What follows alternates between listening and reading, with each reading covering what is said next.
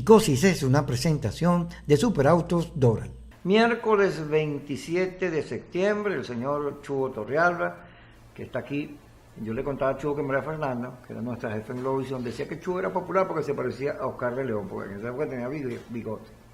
Bueno, lamentablemente no me parecía en la chequera, ¿no? Que es lo más importante, pero yo creo que es un músico popular. Tú sabes que yo conocí a Oscar yo conocí a Oscar cuando Oscar manejaba camioneticas en la línea Caricuao-La Hacienda, ¿no? Él no iba hacia el centro, él se manejaba entre la Redómero Espineda y La Hacienda. En esa línea lo conocí yo y era un tipazo. Él me contó que él en el centro tenía un taxi.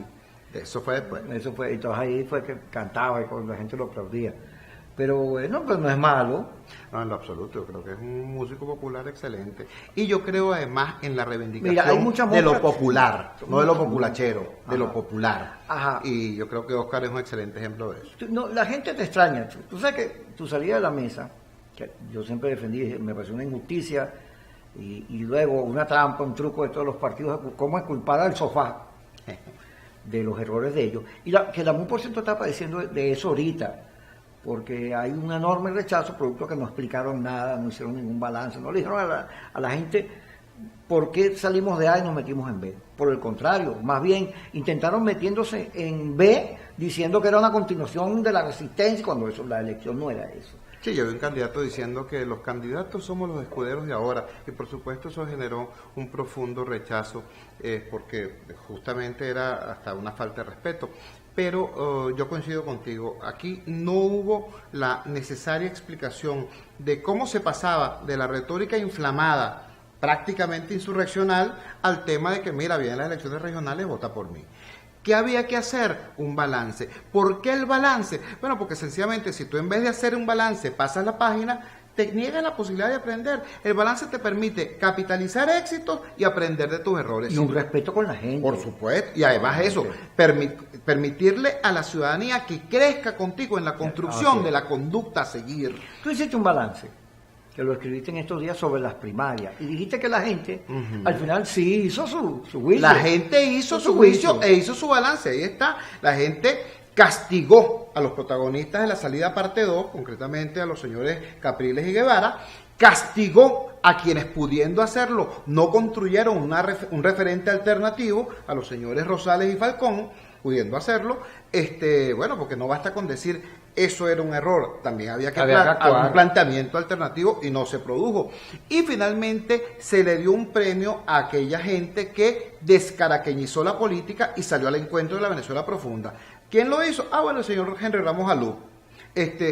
A lo mejor tú hubieras querido que lo hubiera hecho Henry Falcón, a lo mejor cualquier otro hubiera querido que lo hubiera hecho otra persona, pero lo hizo Henry Ramos Alú y ahí está el resultado. Entonces, ¿qué es lo que yo creo que se plantea hoy? Mira, en primer lugar, que se cierre la gestal, ¿no?, del tema de la explicación que no ha sido dada. ¿Por qué? Porque el tema no son las elecciones del 15 de octubre. Pero ya va, antes de meternos allá, tú dices que castigó a Guevara y a Capriles. Bueno, es claro que castigó a Requesén, a Paparoni. Eso es una tremenda injusticia. A BP, eso es una PJ. Pero ¿por qué a Capriles y a Freddy Guevara? Eso es una tremenda injusticia porque lo que tú interpretas como el castigo a Paparoni, a Requesén, a Conrado Pérez, es en realidad el castigo a una política. Todo el mundo dice que esos son unos muchachos valientes, que le pusieron un mundo, que echaron el resto, tal y cual. Pero resulta que quedaron de tercero, de cuarto, de quinto. ¿Por qué? Porque lo que se está castigando es una política. ¿Y quiénes fueron los emblemas de esa política? Los señores Guevara y el señor Capriles. ¿Qué ocurrió? Bueno, que como no tuvieron al señor Aveledo, como lo tuvieron en alguna oportunidad, ni al señor Torrealba, como lo tuvieron en otra oportunidad, entonces inventaron un mecanismo de mercadeo, dijeron, los diputados jóvenes. ¿Quiénes son los voceros? Los diputados jóvenes. Bueno, y ahí tienen los diputados jóvenes llevando la pela que están llevando. Prácticamente el único que se salió de esa severa sanción de la gente es el joven Olivares, porque él tenía además una relación preexistente con el Estado. Él construyó esa relación con el Estado. Él no es un liderazgo nacido de la épica. No, él es un liderazgo nacido del trabajo allí. Entonces por eso se salva y por eso tú lo ves ahorita a todos metidos en Vargas, ¿no? Yo diría, en vez de estar en esa posición defensiva, que cada quien haga el balance que hay que hacer. Y además que aprovechen una cosa, en este momento Tú sabes que, sobre todo en la cultura de la izquierda, hacer un balance era el pretexto para decapitar a alguien. Sí, no hay purga, que la purga. La purga. En este momento, nadie quiere decapitar al liderazgo opositor por una sencilla razón. Ser líder de la oposición en este momento es para inscribirse en Ramo Verde. Nadie quiere estar en los zapatos de Capriles, ni de Alup, ni de Guevara, ni de nadie. Todo el mundo, mira, es una cosa hasta cómica. Yo, que todos los días estoy en una comunidad distinta, hablando con la gente, trabajando con la gente, la gente lo que quiere es perdonar al liderazgo opositor.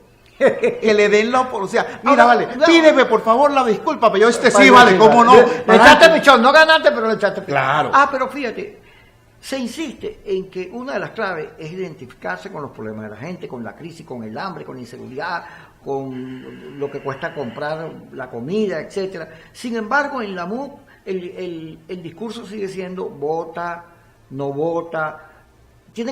El ingrediente político está por encima de las necesidades de la gente. No hay manera de corregir eso. Cuando tú pasas del calle al vota, sigues cometiendo el mismo error. Estás dejando fuera de eso el hambre. ¿Tú me entiendes? Así es. O sea, no hay que ser Einstein, mano. Hay que simplemente vivir. O sea, hay muchos dirigentes políticos que no se acuerdan de la última vez que se montó en camionetica. Que jamás se han vuelto a montar en el metro desde hace 15 años para acá. Y estoy hablando, por cierto, del gobierno y de la oposición. Hay gente que cree que la última frontera hacia el oeste es Plaza Venezuela. Y cualquier otra cosa la ven en fotos por Twitter. O sea, por el amor de Dios, si tú no haces política desde y para el imaginario de lo popular, estás haciendo política no solamente sin la gente, sino a veces hasta contra la gente. Tú recordarás, por ejemplo, aquella convocatoria horrible, aquella cosa que llamaron... ¿cómo era? Que se quedaban en una autopista. Los plantones. El plantón. Entonces le decían a la gente, llévate tu cabita, porque la cosa es todo el día. Llévate la hidratación. Y tú sabes, ropa cómoda, calzado cómodo. Dios mío, le estás diciendo al 65% del país, no vengas que esto no es para ti. Porque en el barrio no hay comida, chico, entonces ¿cómo te vas a llevar la chuchería? En el barrio no hay agua, hermano querido. Entonces, ¿cómo es que te va a llevar la hidratación? O sea, ese tipo de convocatorias reflejaba una política hecha desde y para un imaginario, de una clase social que ya casi no existe, que es la clase media. Ahora todos somos pobres. Porque ahora todos somos pobres. Vamos a ir para el corte y cuando regresemos seguimos conversando contigo. Ya estamos con ustedes. Somos Superautos Doral, con las mejores ofertas en carros en Miami. Financiamiento para todos, sin social, sin crédito, con tan solo un down bajo. Todos califican. Y ahora con 3 meses de garantía. Y tu primer cambio de aceite gratis. Te damos tu garantía por escrito. Ven, estamos en el 5600 Northwest 84 Avenue del Doral. Visítanos en superautosdoral.com 786-953-0871. Si te gusta, te lo llevas.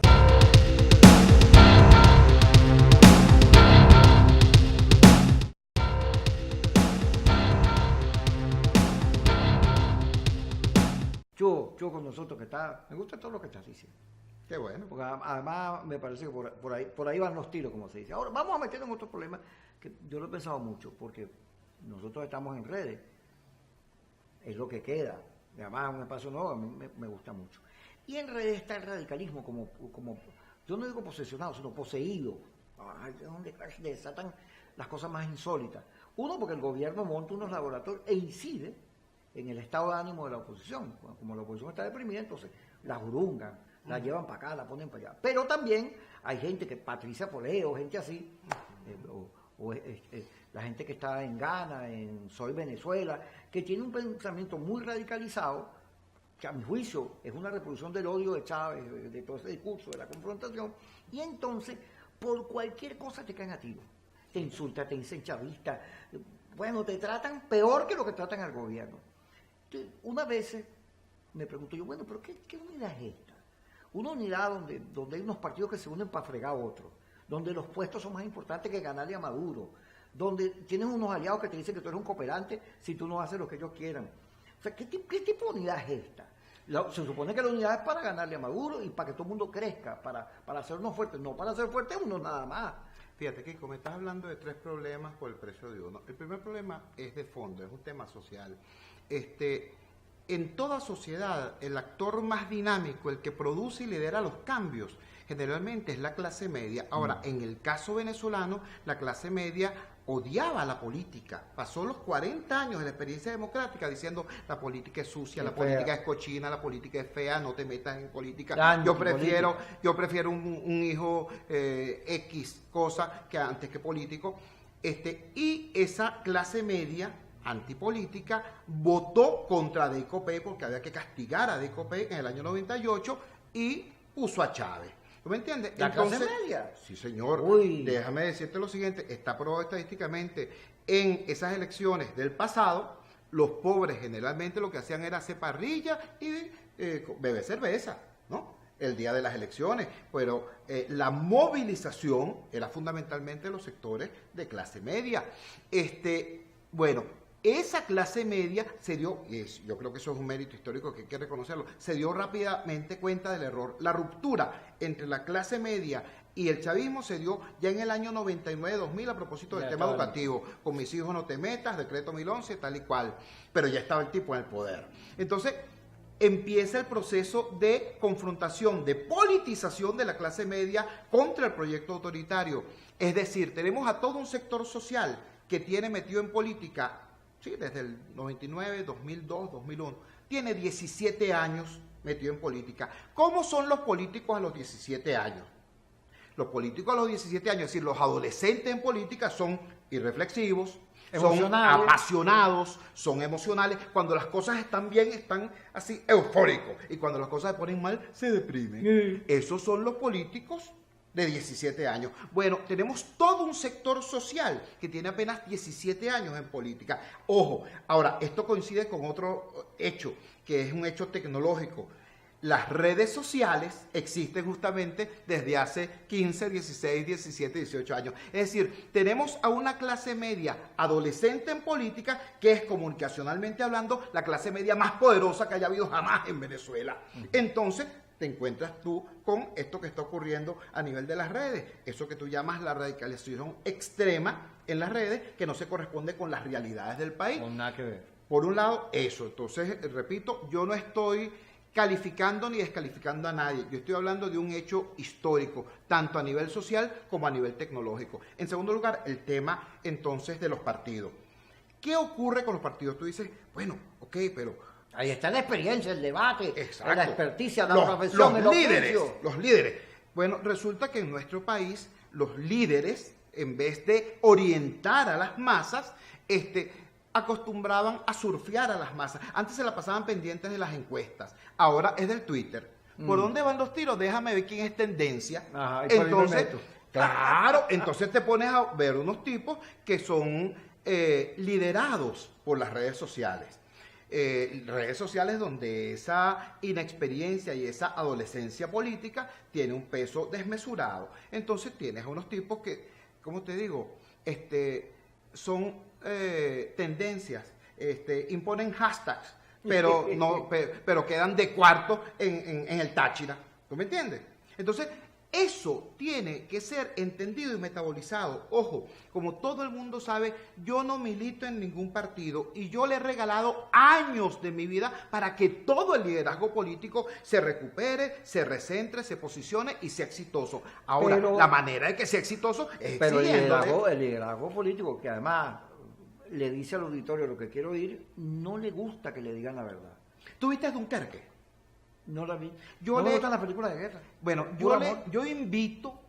Marco sí la vio, mira. Nadie me está pagando por eso, ¿no? Yo no conozco ni a quien distribuye eso, ni nada por el estilo. Yo invito a todo el mundo a que vean Dunkerque. Es la historia de un desastre militar. Se equivocaron los aliados y había un gran ejército de ingleses y de franceses, bueno, aislados en una playa y los nazis los iban a liquidar. Entonces Churchill montó una experiencia insólita, una cosa inédita, un rescate hecho nada más y nada menos que por la sociedad civil. Todo el que tenía una lanchita, un barquito, un peñero, una bañera que flotara, lo mandaron a recuperar. Entonces, y lo lograron. Pensaban que iban a rescatar 30.000 soldados, rescataron 300.000. Pero después que termina el rescate, Churchill dice lo siguiente: está bien, rescatamos a nuestros soldados, bien bueno, pero esto no es un éxito. Eso fue un desastre que más o menos lo parapeteamos. Eso fue un desastre. Ah, ¿y eso por qué viene? ¿A qué le ibas a decir? Eso viene por lo siguiente. Cuando tú eres capaz de reconocer tus errores, tienes entonces autoridad moral para decir, y el camino que viene es tal. ¿Qué fue lo que dijo Churchill? Justamente después que hace reconocimiento. Es entonces cuando viene aquel histórico discurso de pelearemos en cada calle, en cada bosque, en cada isla, en cada terreno, palmo a palmo.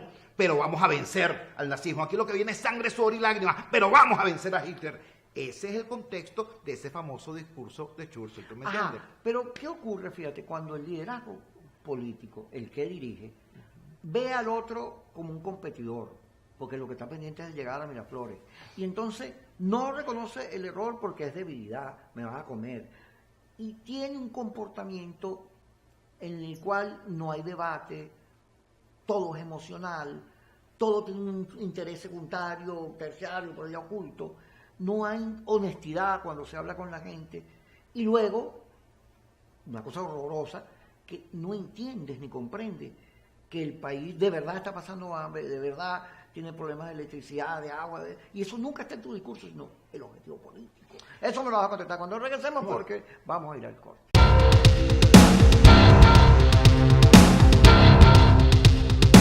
Vamos a saludar a Carla Angola, saluda a Carla Angola y a Carlos Acosta allá en Miami, que salimos por el 81, el canal de Comcast en Aló, buenas noches. Carlos del Cuadrado, buenas noches. Los Cuadrados.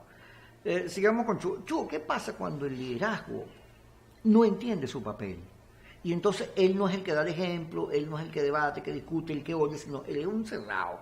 Él siempre tiene una carta oculta. Él es un misterioso que además es egoísta, sin topa nada para los demás, que es una de las señas que vemos ahorita, ¿no? Un liderazgo muy, que desprecia al final las mayorías y luego nunca dice lo que la mayoría quiere oír, sino que es agitativo, nunca dice el hambre, el gobierno es maluco porque X, la economía, la inflación muy alta, nos matan. Eso es como un adorno en el discurso político. Mira, yo creo que hay tres elementos allí también importantes. Un primer elemento es de fondo cultural. Yo sé que, como te digo, es desagradable decirlo, pero recordemos este pequeño detallito. Somos un país subdesarrollado.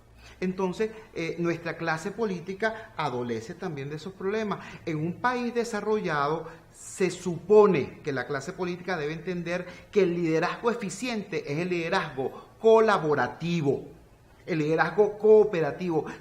Incluso se ha acuñado el término competencia, no competencia, sino competencia. Entender que es legítimo democráticamente que compitamos, pero que tenemos elementos que son comunes y la competencia debe ser quién es más eficiente en la defensa de esos elementos comunes. Eso, por supuesto, un pensamiento subdesarrollado no lo entiende. Un segundo elemento que tenemos ya no es antropológico, sino histórico.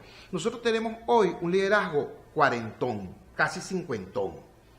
Mi amigo Leopoldo López, mi amigo Enrique Capriles, mi amiga María Corina Machado, entre otros. ¿Qué ocurre? Cuando estos amigos se incorporaron a la política hace 20 años, ¿cuál era el astro refulgente en el mundo del liderazgo exitoso? Era Chávez. Todo el procerato civil, ¿no? Eran unos viejitos que habían sido derrotados por el caudillo. Entonces, esa impronta, ¿no?, de Chávez como único modelo de liderazgo político exitoso, mira, se les imprimió. ¿Cuáles son las características de ese liderazgo? Te voy a decir algunas de ellas. El líder es más importante que la organización. Es mesiánico. Las ocurrencias del líder son más importantes que la estrategia, que la política. Y el poder es más importante que la historia, porque llegó al poder y cambió la historia. Entonces, esas, entre otras características, han hecho que muchos de los elementos del nuevo liderazgo, la gente los ve y dice, oye, pero es que parecen chavitos. Mira, no es que parecen, es que de alguna manera son chavitos. Están impregnados. Entonces, hay que superar eso. Y digo que hay que superarlo porque no se trata de cambiar a estos líderes por otros, sino eso es lo que hay. Exacto, se trata de asumir que somos el país que somos y que tenemos que mejorar como ciudadanos y tenemos que exigir a nuestros líderes que sean la mejor versión posible de sí mismos. Yo no pido ahorita, en este momento, y estar inventando outsiders ni cosas por el estilo. No, eso también es su desarrollo. Yo creo que mi deber como ciudadano es enfrentarme al proyecto autoritario y exigirle al liderazgo democrático que sea repito, la mejor versión de sí mismo. Y eso me pone a mí también en un nuevo compromiso, porque los ciudadanos no estamos acostumbrados a hacer eso. Los ciudadanos cuando apoyamos andamos con una banderita diciendo ¡viva Sutano! ¡Viva fulano! Tal y cual. Pero cuando estamos en contra decimos, tú sabes que Kiko es un vendido. Traidor. El traidor, él recibe dólares, tú sabes. O sea, nosotros somos o detractores, ¿no? O fans, claro. ¿Ves? Pero no somos ciudadanos. El deber del ciudadano, si va a apoyar, es apoyar, sí, pero exigir también. Entonces, repito, aquí no solamente trata de decirle a quienes encarnan el liderazgo que sean mejores líderes. Para que eso ocurra, yo tengo que ser un ciudadano poderoso. Y eso pasa por asumir responsabilidad y ejercer responsabilidades que a veces no son populares, pero hay que hacer. Que puede ser tu candidato a la alcaldía de Caracas. No, caballero. Porque no. No. Ahora le cogiste, está como bajo perfil, la política que es el centro de tu vida ahora. Fíjate, quedaste golpeado de lo de la mesa. ¿Qué pasó? En lo absoluto. Tú me conoces a mí desde que yo tenía siempre, afro. Siempre has sido un luchador. Yo toda la vida he estado implicado precisamente en la lucha por el avance social. Yo lo que también sabes es que yo no entiendo el poder como la disputa por espacios administrativos. Para mí el poder es la capacidad de generar influencia, sobre todo influencia bienhechora y positiva. Yo creo que el poder es eso. Para mí el poder es un verbo, no un sustantivo. Para un político convencional, el poder es el poder. Y en nombre de el poder son capaces de cualquier cosa, de lo que sea. Para mí el poder es un verbo, y es un verbo copulativo, es un verbo que se conjuga en plural. Para mí el poder es el poder ver crecer a los hijos, el construir la casa, el echar adelante el negocio. Para mí eso es el poder. Entonces, yo me siento muy cómodo en este espacio, que es mi espacio real, el de la construcción de ciudadanía. ¿Cómo ves las cosas? Porque fíjate, Maduro ahorita ayer, estaba enredada la cosa de la inscripción de los candidatos, las tarjetas, hacer los cambios de esto, y amenazan con inhabilitar unos cuantos. Pero por otro lado, nuestros aliados, el señor Trump, la Comunidad Económica Europea, etcétera, amenazan con más sanciones. Ya apareció Canadá. A medida que Maduro aterroriza la oposición, los otros lo amenazan a él. ¿Cómo va a terminar el diálogo, todo esto? ¿Qué salida hay? Porque yo le decía muchas veces, y lo he dicho en este programa, que cuando la gente dice, no, es que yo no voy a votar, porque la calle, digo, no es que, ven acá, la calle era para lograr elecciones. Claro. La calle por sí misma no tiene el significado del voto. Aquí desde 1958 hasta nuestros días se llega a Miraflores votando. Aquí nadie ha llegado con fusiles. Esa opinión no es muy popular en Twitter, pero es tremendamente popular en la calle. Así es. Cuando tú convocas a una marcha, va un puño de gente. Cuando convocas un trancazo, va un puñito de gente. Cuando convocas a votar, van 7.6 millones de venezolanos, ¿me entiendes? Entonces, yo lo que creo es que nosotros tenemos que entender, si ustedes son las personas que dicen, caramba, hemos perdido 18 años con estos tipos, qué dolor, eso es casi una generación, estamos llegando tarde al siglo XXI. Si a ustedes de los que les duele el tiempo que hemos perdido, entienda lo siguiente, si aquí no hay una salida pacífica, si aquí la solución, entre comillas, es violenta, vamos a pasar por lo menos 50 años recuperándonos como país. ¿Cuánto tiempo pasó España recuperándose de las cicatrices de la Guerra Civil Española, que todavía están allí, dolorosas?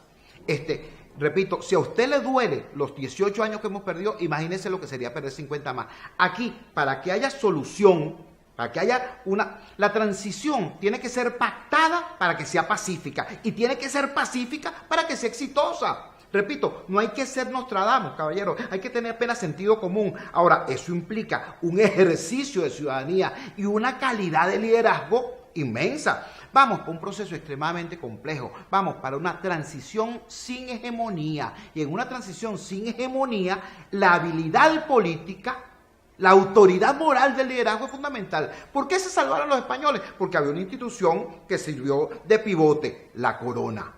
Nosotros no la tenemos, nosotros lo que tenemos es la esperanza de que se desarrolle el sentido común. Bueno, hay que echarle perna, los ciudadanos exigirlo y los líderes ejercer. Gracias, Chu, por estar con nosotros. Mano querido. Nos vemos entonces mañana. Kikosis es una presentación de Superautos Doral.